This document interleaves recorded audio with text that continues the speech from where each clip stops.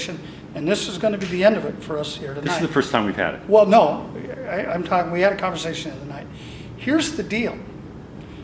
I work for all 800,000 people in this county. They call, they're asking for my help. And I don't say, are you Republican or Democrat? Are you Green Party? Are you Catholic or whatever? I don't care. I don't care what your color is. I don't care what your religion is. I care what your quality of life issues are. Mm-hmm. And I'm addressing those, okay? Mm-hmm. And I'll continue to address those until I'm not wearing this badge anymore. And I'll continue to answer the public's cry for help, okay? Now, you're not going to be the guy to call me. And we both know that. I call all the time. No, I mean to call in reference to go save somebody's life. You're going to call me to say, no, I'm not. Don't do that. No, I'm not. Okay. I'm not going to call you and tell you don't do it. I'm just not going to call if I see a heroin overdose on the side of the street. That's your choice. Yes, it is. Okay. Any other questions? Yes, sir. Do you have a sense for where the fentanyl is coming from? Well, yeah, no. The fentanyl was coming out of Mexico, but some information that we have recently received is that some foreign entities have brought chemists into the United States, and they're synthesizing it here within the United States. So it's not as hard to transport it across the borders. And fentanyl is extremely dangerous in the powder form.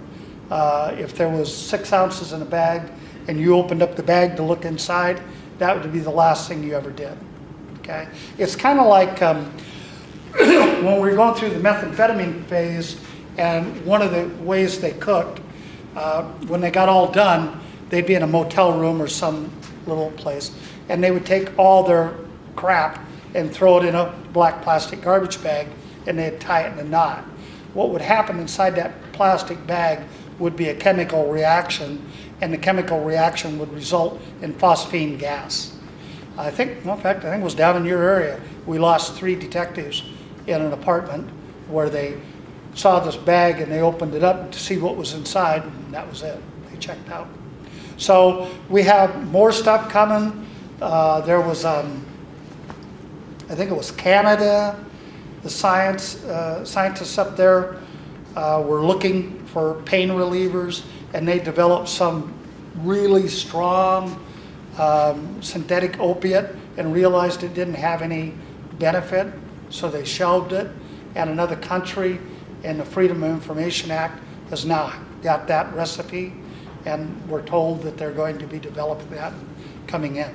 And that's why I'm saying, as I said in the first part of this presentation, you all talk about heroin, you know, I talk about the demand. Because I really don't care whether the individual is using heroin, methamphetamine, cocaine. I mean, like cocaine. One of the things we've done here recently, we've done a great thing. We put the information out about how dangerous meth is and how dangerous heroin is, and the fentanyl is coming, and we've scared the hell out of a lot of our high school kids, okay? So a lot of them are veering away from that, and they're using cocaine instead. You remember crack cocaine of the 80s and 90s? It's a huge issue, okay? Very cyclical in what we do.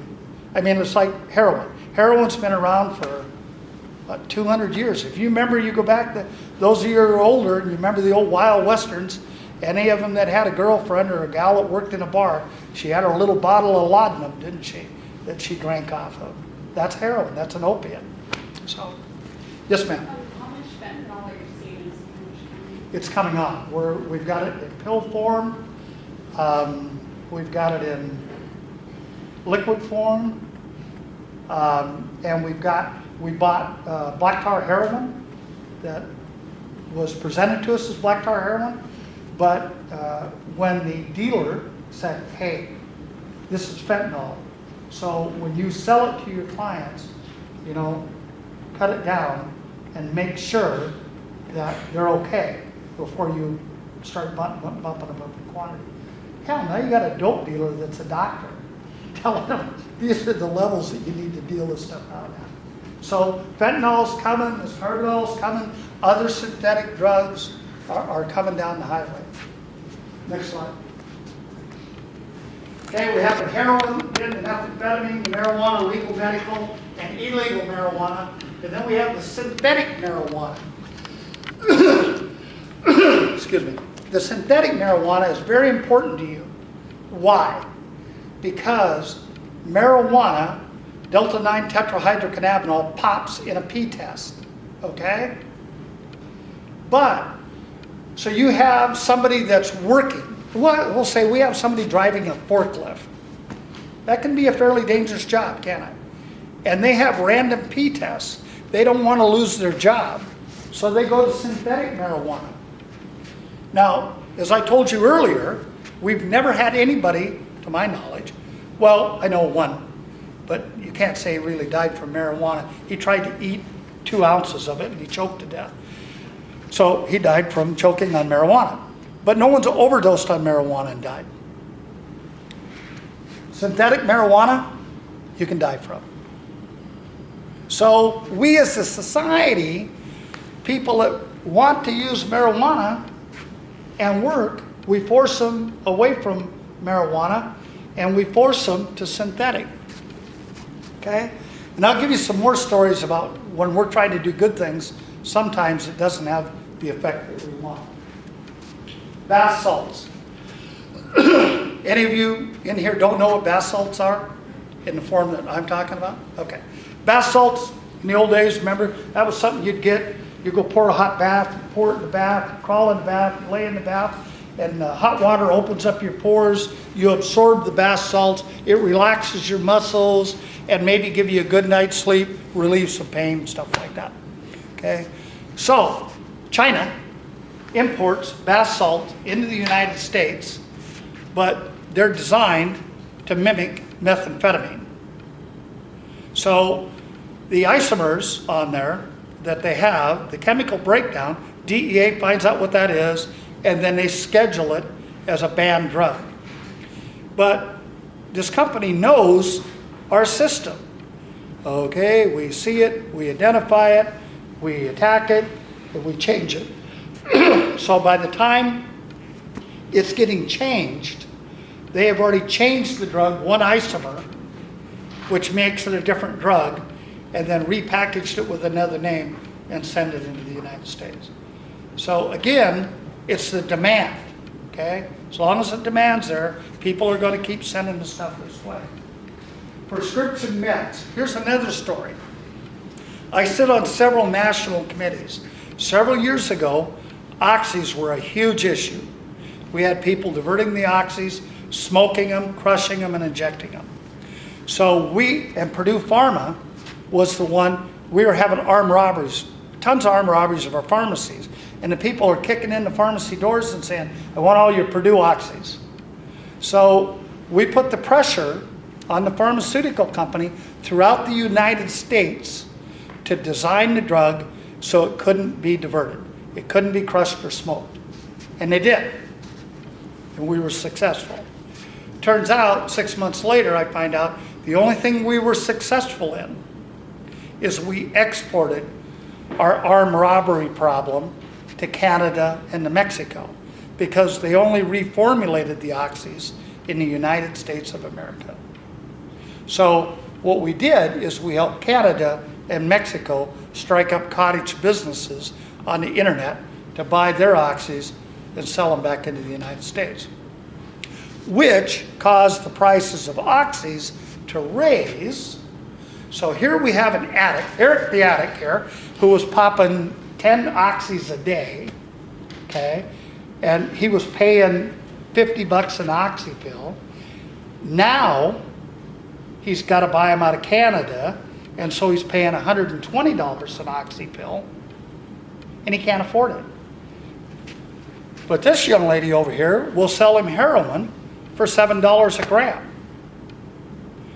So he diverts from his oxys to heroin, and now Eric is not only a drug addict, Eric has hepatitis A, B, C, or a variety of other intravenous drug issues. But I start selling the drugs and then I get mine and get other people addicted to the drugs. That's what's happening still today. Yeah. We have the Oxy 30s, I think it is. are not reformulated. And we have a lot of elderly that are on those pain meds, and they get them, and it's a second income to them. They get 30 oxys, and they can sell them for $300, and then if they have pain, they can go buy other pain meds to resolve it. So it's a societal issue. That's a societal issue, and it's a criminal issue. So cocaine is coming back. LSD is a threat in this community, both in liquid and back to the old little paper thing, stick it underneath your tongue. And the carfentanil and the fentanyl we've already talked about. So, before I go on, any questions on that? Yes, Eric. Carfentanil, Yeah, where is it made? it's a synthetic, and it was made in a factory, you know, for legal use, but it's a synthetic, so it's being made illegally. And I don't know, you know, again, one of the things, have you ever heard of the term DTO? This is what we work, DTO, which are drug trafficking organizations, okay? Drug trafficking organizations are very well structured today, very well structured. So the individual that's putting the money up down there is an individual that only has contact with one or two people, all right? So as you go on down the line,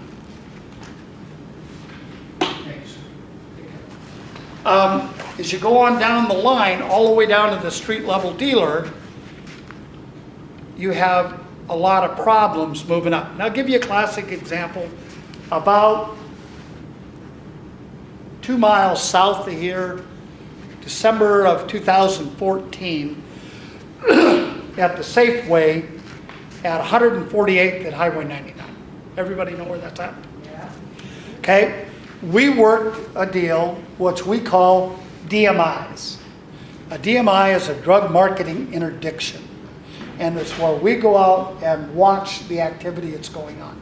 So we saw some activity in the parking lot that clearly indicated to us that there was sales going on. We stopped one of the cars that left. Sure enough, they were in possession of drugs. Sure enough, they got it from that vehicle. We contacted that guy, and we took off, I don't remember, 3 to 7 ounces of black tar heroin. That individual was willing to give up his source. So we worked that case for about a month. In the middle of January of 2015, we took this guy off. I think we got 33 or 35 pounds of heroin. We got quite a bit of methamphetamine, $600,000 in cash, 10 vehicles, something like that. Big deal, right? Big deal. Well, in the house, you're okay, man. In the house, the guy that was the main dealer, he had his sister and his mom lived in one house, and then he had this other house that he sold out of, and then he owned a house down in Shoreline, which was his safe house, and he only stored some drugs there. So several miles away from this place. But in this house, he had 2 runners from the Sinaloa cartel that lived in the house. And then he had another guy from the Sinaloa cartel that the cartel sent up here, and his job was strictly to monitor when the load came in, how much came in. Because the load guys are separate from the other guys all the way down, so this way was his way of checking on what these guys were doing, how much dope was coming in, and then how much money was going back. So when we took everybody off, the 2 runners couldn't give us anything because we knew everything. The other guy could. He'd give us all of this stuff on here. He wouldn't give us anything on the cartel down there. Why? He's going to do some serious time in prison. Why wouldn't he tell us? He'd be dead. His family. His mom, dad, brothers, sisters, cousins, best friends, didn't matter. Cartel go kill them all. Kill every one of them. 80 years old, 8 days old. Doesn't matter. What do you do with a guy like that? You beat him up because he won't tell you? You waterboard him? Can't do that. Cartels, we in law enforcement are the only business that develops a successful model. This is how we can be successful in our job. And what do we do with that model? We give it to our opposition. Every time we make an arrest, we have to tell them how we got there. And they go, oh, we're not going to do that anymore. Like the loads that we have now, here's one of our problems that we have right now. Load of dope's coming in. We take the load of dope off. We used to take the load of dope to the evidence room or someplace else. Before we do that now, we got to go through the whole thing. Why? Any idea? Tracker. There's a GPS tracker in the load of dope. We'll stop bad guys, and we're 5 minutes into the conversation, and the bad guy will get a call from the guy that hired him. What's going on? You're stopped. Why haven't you went anywhere? Big business. Next slide. Here's black tar heroin. This is what it looks like. That's some white heroin or brownish heroin, which sometimes the cartels will change the color on it because they want to be able to establish that this is from us, so you know. It was kind of like when we were doing the methamphetamine, I think it was 10 years ago. All of a sudden, I get a call going, hey, we got strawberry meth. I'm going, what the hell's strawberry meth? And it turns out it was a cartel that wanted to be able for everybody to know this was their product. So they took this strawberry coloring and put it into methamphetamine and made it strawberry meth. There's your rig or your needle, your spoon. You find a spoon, you turn it over on the bottom. It'll have black where they put the torch to it to heat it up. So those are some of the apparatuses. Those things are important to us. And in the top right up here, you probably can't see it real well, but there's some aluminum foil there, okay? So for a law enforcement officer, you say, hey, I saw Johnny go out and hand something to Billy, and Billy left. They did a drug deal, go arrest him. That's not probable cause for us. Is it suspicious? Yeah. It leads to us. Now, if we did go stop the car, and if we saw wadded up aluminum foil, and we saw the rig, and we saw a burnt spoon, we're getting somewhere now. We might be able to develop probable cause. Like I said, I'm a law enforcement officer. I can arrest you. I can put you in handcuffs, and I can deprive you of your rights. That's not something we do, oh, I'll go arrest somebody today. You know, I think I'll go find a redhead. We'll go do that. We don't do that. That's a civil rights violation. That's a federal felony. We'll lose our job. We'll lose our house. We'll lose our retirement. We'll lose all of that. We can't do that. So we have to develop probable cause. Have any of you ever heard of fruits of the poison tree? That term? Yeah, I know you have. You and I need to have a talk about that. Anyhow, Eric here comes to me and says, I'm tired of this crap going on in my neighborhood, and I want you to go arrest these people. And, you know, I can buy drugs from them. And I go, Eric, I don't want you buying drugs in your neighborhood, okay? Don't do anything. But now if I said, Eric, you know, if you could kind of look in their windows and see if you see anything, and then let me know, I develop probable cause. So Eric comes back and he goes, hey, this is what I saw. I saw this needle, I saw this big pile of black kind of stuff. and I think it's black tar heroin. So I'm a law enforcement officer. I go back and I write up an affidavit and I put my confidential informant saw all this stuff. And I go to the prosecutor and the prosecutor goes, okay. I go to the judge goes, okay. So I go down there with a search warrant, I kick in the door, and I arrest Billy Bob Jimmy Joe. We got it. We're done. We're moving on. So now we go to a 3-5 hearing. And the defense attorney wants to know who the CI is. And so they get a chance to interview the CI. And so Eric goes in there, he's sitting there, like Eric can be, pretty relaxed. And he goes, so you went over to this house? Yeah. And you saw this stuff? Yeah. I was walking by, I'm tall, I saw it in the window. Why did you do that? If Eric says that, he lied. If Eric tells the truth and says, well, the officer told me to see if I could sneak over there and see what I could see. Finished. Fruits of the poison tree. All evidence is excluded.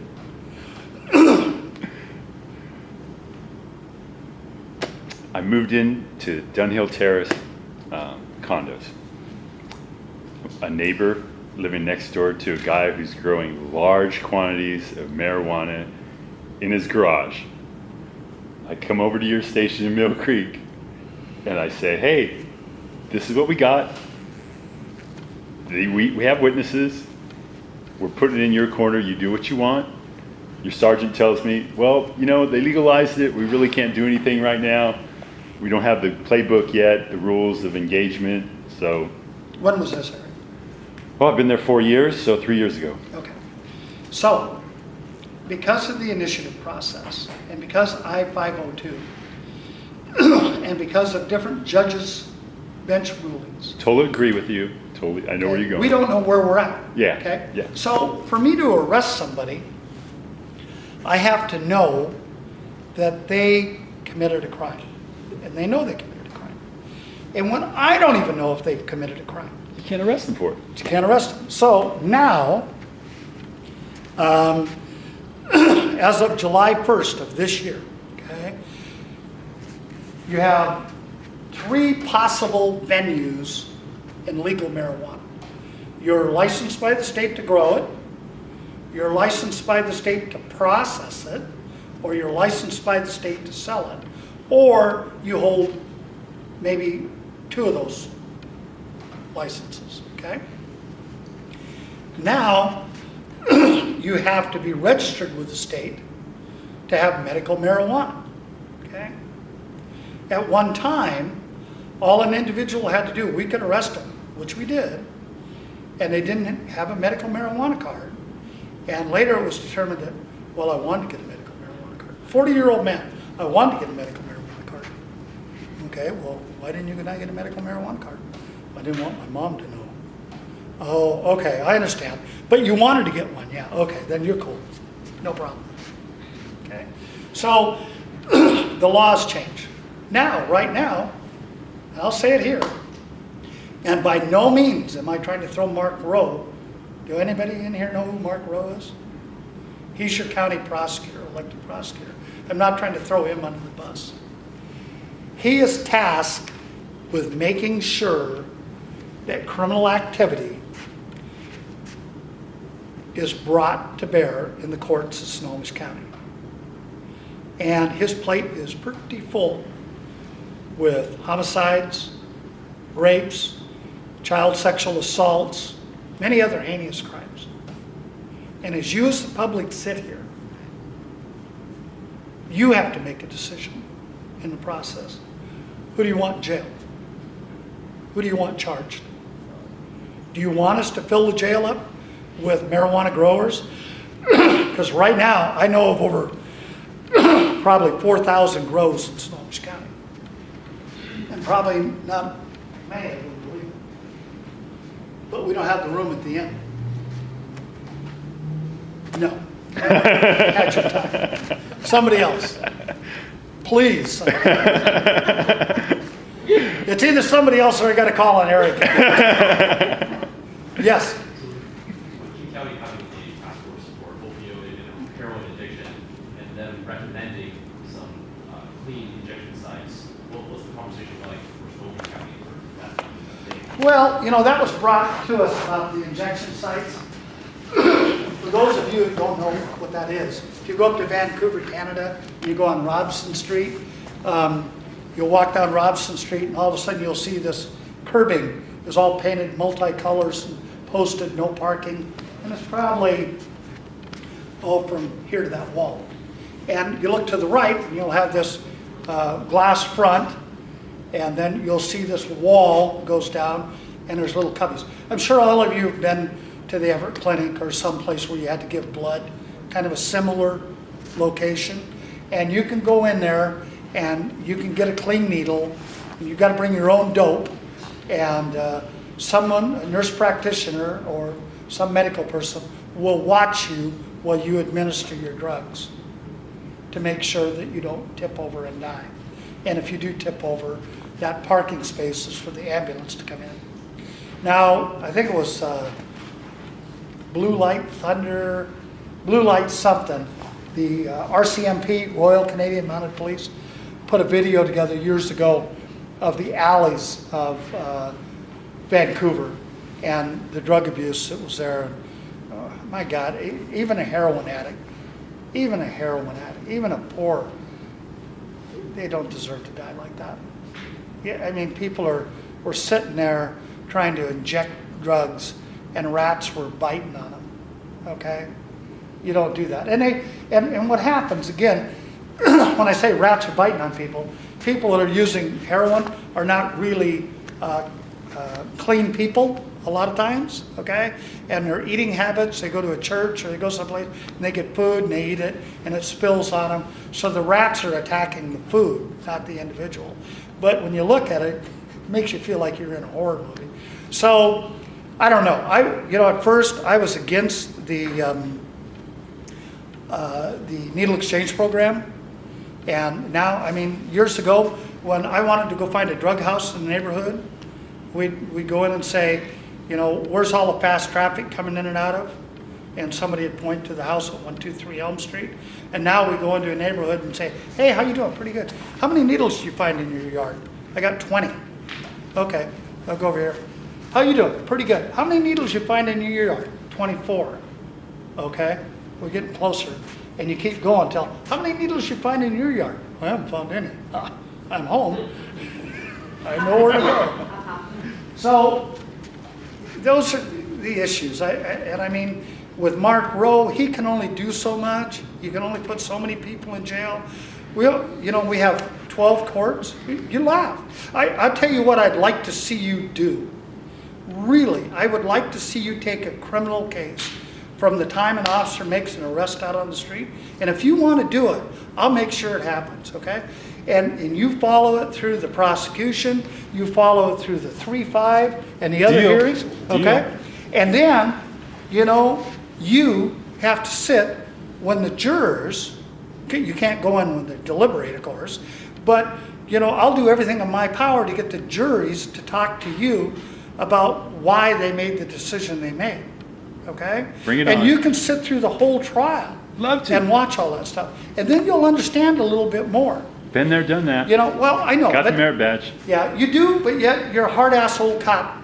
And I'll tell you why I say that. I had a case that an armed robbery happened over here. Mm-hmm. This is many, many years ago. And the armed robber went over to Spokane and committed an armed robbery. Mm-hmm. There he shot and killed the clerk. Mm-hmm. Okay? So they combined all the cases in one, and we went over to Spokane and went to trial. So we're over at the 3-5 hearing, which they're going to decide what they can and can't go. Well, the clerk was 8.5 months pregnant, and this guy had a 9-shot 22 revolver, and she handed over all the money, and he shot her 3 times, and she fell on the ground, and he walked around, and when she was laying on the ground, he pumped 6 more rounds into her. So I'm going, okay. So we go over for the 3-5 hearing, and the judge goes, okay, stop the video right there. And that was just before he pulled the trigger. He said, that's all you can show. I was furious. So I said, by God, I'm here for the trial. I'm not only here for the trial, I'm here to go talk to the judge after this case is over. So trial goes through, guy's convicted, everything gets all done. I see the bailiff, I said, I want to talk to the judge. The judge says, okay. I go back, I'm professional, I go, what the hell was that about? And Fairness, he said, fairness. And he says, if I would have let the jury see all of that, the jury would have had no choice. And the case would have been overturned. And he said, I have a responsibility to make sure that he gets a fair and just trial. And one of the things I don't like to see is the family have to get drugged back in for a retrial on that. And the light bulb kind of went on in my head. And I went, wow, okay, makes sense. So, and those are judges, they sit on the bench and they have to make these kind of decisions. They're different than the decisions that I make or other law enforcement officers make on the street. They have more time. They have more time to analyze it, and they have more stuff to read about other similar cases. And they're a hell of a lot more educated than I am. Okay? I'm a GED cop. Okay? I didn't finish high school. I punched out my junior teacher last day of my junior year because we got into an altercation, and I've grown a lot since then. We can all grow. Okay? And I'll help you grow, Eric. Yes. On DUIs, the police pull over a person and they are on marijuana. Is that similar to being on alcohol? No. No. And so how do you know the difference? Well, they have drug recognition experts that do it, but here's something I'll tell you Do that... let them go if it's marijuana? No, they don't let them go. They put them through a series of tests, and I don't know what all those are. But I'll tell you something I'm very unhappy about. Because to me, I-502 threw our youth under the bus. And what I mean by that is if a law enforcement officer stops somebody who's 21 years of age and smells marijuana on them, they give them the tests. Okay? If you're 20 years of age, they don't have to give you a test because you're guilty, because you're not supposed to have marijuana. Okay? Here's the other thing. The people that were proponents of marijuana wanted to say marijuana and alcohol, same. You have twin kids.